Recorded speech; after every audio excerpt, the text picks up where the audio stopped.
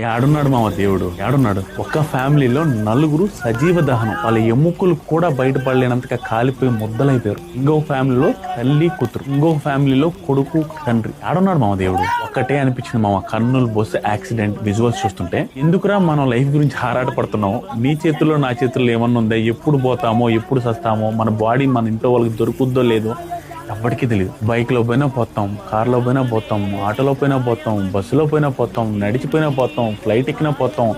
ఏది ఎక్కకుండా ఇంట్లో కూర్చున్నా కూడా ఏదో అయ్యి చచ్చిపోతాం. ఎప్పుడు పోతామో కూడా తెలియని లైఫ్ గురించి ఎన్ని తలకాయ నొప్పులు, ఎన్ని స్ట్రెస్లు, ఎన్ని గొడవలు. ఎందుకు మావయ్యన్ని? ఎన్ని కష్టాలున్నా కుదిరినంత ఎక్కువ టైం ఫ్యామిలీతో స్పెండ్ చేయండి. ఈ రోజే, ఈ క్షణమే మనం ఉండేది, తర్వాత ఉంటామో ఉండమో అనేది గుర్తిరిగి హ్యాపీగా ఉండడానికి ట్రై చేయండి.